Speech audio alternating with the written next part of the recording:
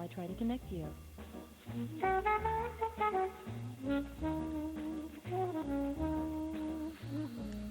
Hello, CPIS.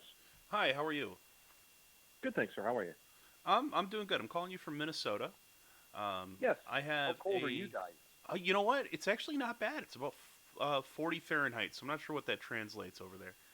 Yeah, Um, about that's about six degrees Celsius. I T-shirt mean, and we're shorts. we're like 10 hours south of you. We're in the banana belt. Yeah, Everyone thinks Canada's cold. It's like, have you guys looked on a map? it's T-shirt and short weather here. Uh, No kidding. but so I have a matter of I assume it would be corporate fraud.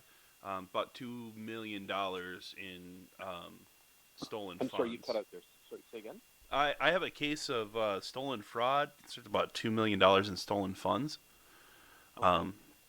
from two individuals. Well, it's international. I've got one individual in Algeria and two individuals who are Canadian citizens Okay.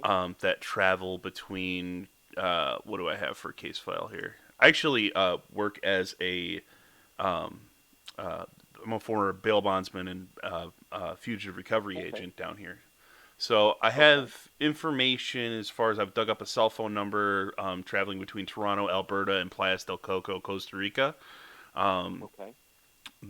the basically they've launched a lot of projects. This involves cryptocurrency. People have Right. invested in their projects, and then they've pulled that investment money and disappeared. It totals Okay. around $2 million. Okay. But I did manage to pull vitals on two parties. I'm working on a third. Okay. So I'm The hoping to get cell a. phones probably won't be too helpful because a guy like this, they're just going to use a gas station SIM card. He has a Um, surprisingly large footprint. Several okay, companies, including a fitness organization that's still active, very active on Facebook. okay, There's a treasure trove of information here. okay, I just need to build okay, it into a case file so I okay. can present it to authorities in Canada so they can take appropriate actions to go after these two individuals.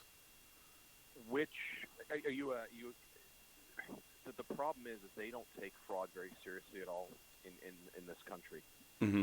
Um, because you're dealing with multi jurisdictions. Okay, how I see this playing out is, I mean, your results will vary. What'll happen is we have some of the laziest cops in God's creation. Okay, so what'll happen is they will say, "Well, where did the fraud occur?" Hmm. And they'll say, "Well, because it's Toronto. Well, what part of Toronto was it in Mississauga? Well, then that's Peel region. Oh, well, where did the fraud physically occur? Oh, Costa I'm Rica. Oh, hoping you to better go speak to the higher Costa Rican than authorities." local authorities with this. There's American investors that have been defrauded, so this is going to be going to the SEC. On my end, I'm Okay, preparing a case file, so it's going to the SEC, FBI okay, Financial Crimes Division. So okay. I'm going national on this end. Um, Hopefully, you can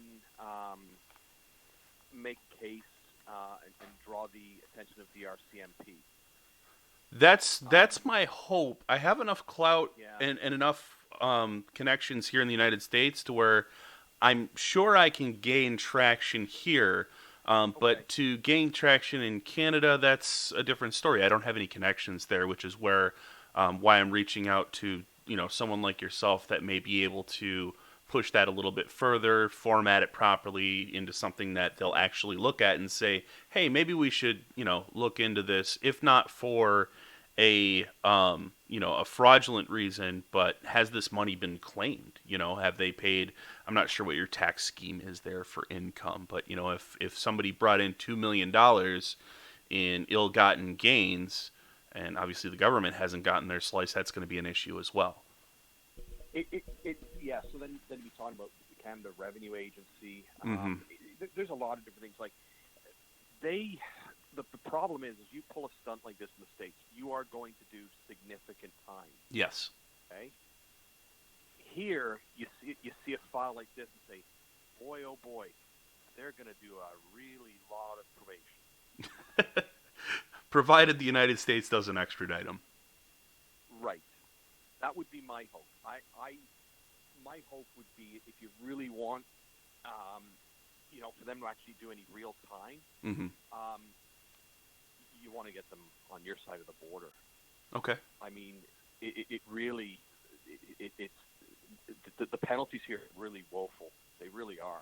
Okay. They really, really are. What's your regulation as far as just simple investigation and profile building?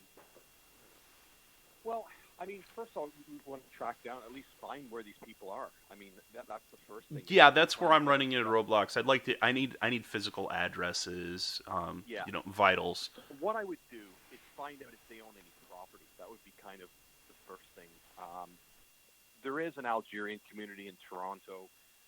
Because it's French speaking, he's probably got a footprint in Montreal as well.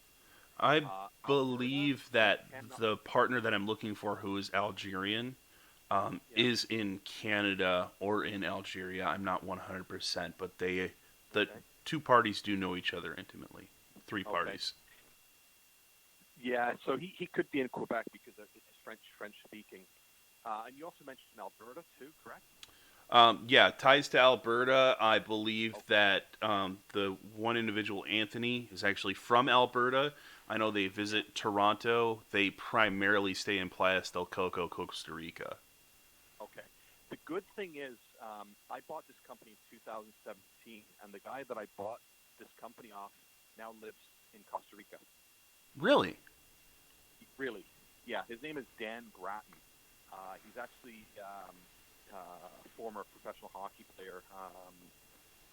Back about 30 years ago. But he actually is an Ontario licensed private investigator, Mm-hmm. and he does due diligence investigations for investors down there. So somebody wants to buy a bar or a restaurant, there's so much fraud down there. But he was in Waco, and I think he's moved. I think he's moved to the larger city.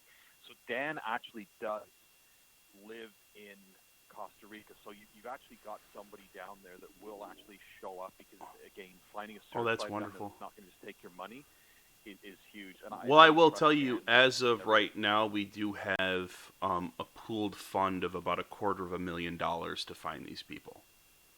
Okay. So we have a budget in place to make this Okay. happen. Absolutely. The best, yeah. See, Dan, I trust implicitly. Mm-hmm. Dan's a very good guy, and it's reliable eyes on the ground. He's good at surveillance. He's got lawyers or something that can do a lot of the searches. So he would be someone who would be immensely beneficial. Property searches for Ontario would be the first. Let's find out what kind of properties they own. So let's see if they've got any sort of assets that might be, once it goes through the civil process, we at least know how they've set up their asset structure a little bit, see if they've got some properties. Alberta is impossible to get property searches by name, Mm-hmm. unfortunately. Alberta is a bit of a dark hole, and that's probably why they operate there. Um, so let me see what you have. I'll send it over, and I'll take a look and see what I think we can put together a game plan to find out where these individuals are. Sure. The Facebook profile is good. I've got Facebook, The gym is good. LinkedIn. I've got Okay. business. I've got business websites.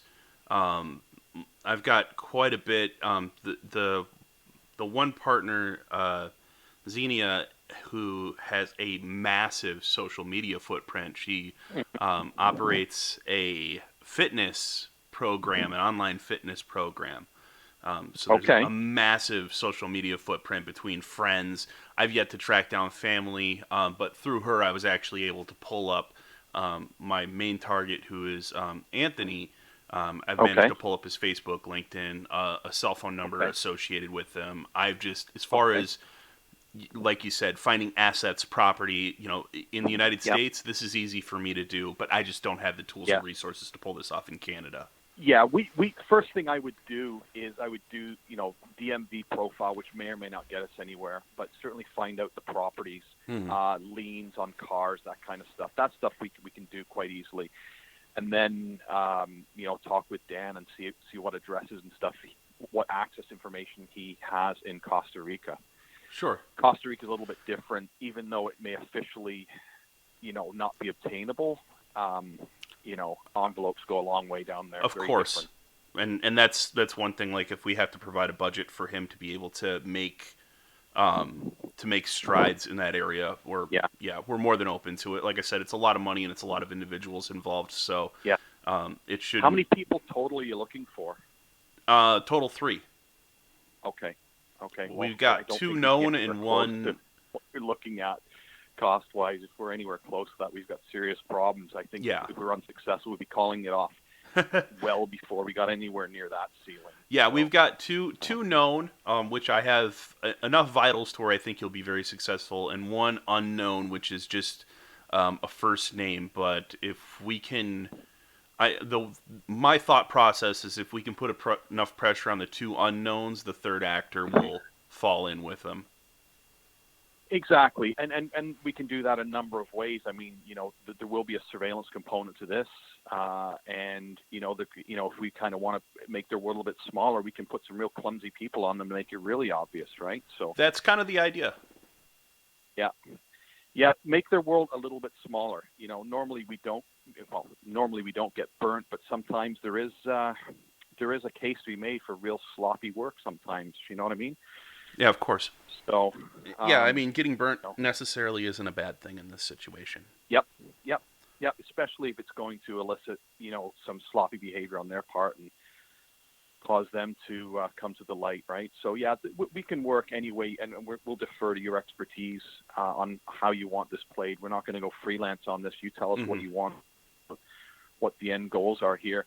I do have a contact at the RCMP. He's more on the intelligence side, but I can at least I've got somebody to call that's receptive, number 1. And he may be able to point me in the way of a colleague just to even possibly get you towards financial crimes. Take your call, right? Yeah, that's a difficult thing. Is they just don't take it seriously. They just don't take it seriously. Like the attitude as well. If they lost $2 million, they probably had it to lose. We're going to go after the romance scam because that makes the news, right? From what I've seen in this, between you and me, this could be a Netflix documentary. It really could. The girlfriend who helped out with the scam is like a fitness freak. The main actor that I'm looking at right now, not the third party, the main actor is also a fitness freak, very flashy, very showy. And the unknown actor is this shady Algerian. So it's a weird little Brady Bunch of people. I got to tell you, it plays out almost like a Netflix documentary. It's great. I haven't had this much fun tracking people down since I worked in bail bonds. Yeah, I actually have a lot of U.S. clients. I would say probably about 30% of my business is U.S. clients because we pop up pretty much right at the top when somebody's searching for a Canadian investigator. And, I answer the phone where a lot of my colleagues for some reason don't. So, yeah. Well, I'll tell you what, what's your email so I can get you the information that I have? It's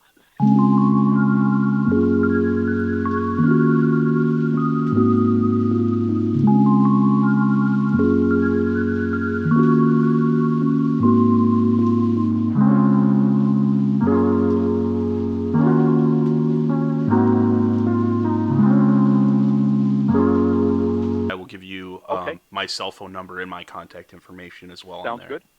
So let me get this to the group here. That way they can have a look at it, have a look at you, and I'll be in contact. Perfect. Okay. I'm easily found on LinkedIn as well. You can. My name's Chris Williams. You can find me on LinkedIn and on our website. You can see some of the media appearances that I've done recently. So perfect. Just in initial costing, you're probably looking around maybe 5,000 Canadian initially just to get the ball rolling.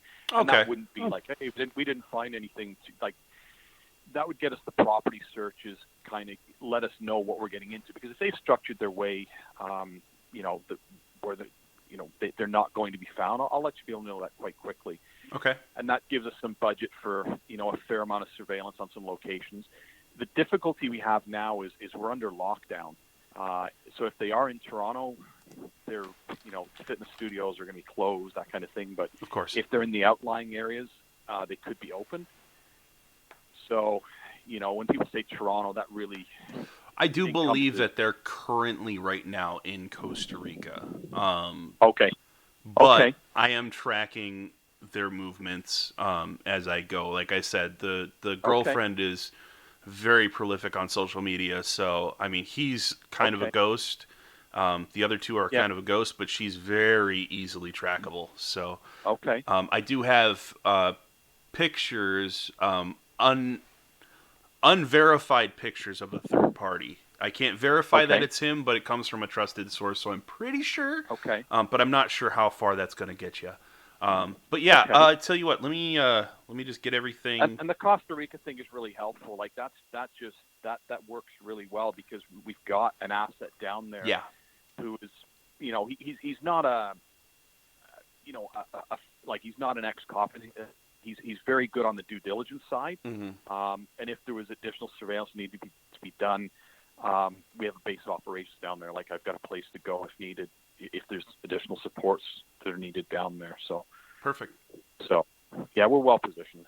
All right. Well, I will start working on this, and I'll get in touch with you soon. Okay. And what was your name again? Sorry, I didn't catch that. My name is Ken. I'll give you my full details in the email. Okay. All right. Sounds good, Ken. Appreciate it. We'll talk to you soon. Be well. Thank you. Bye-bye. Thanks again. Bye.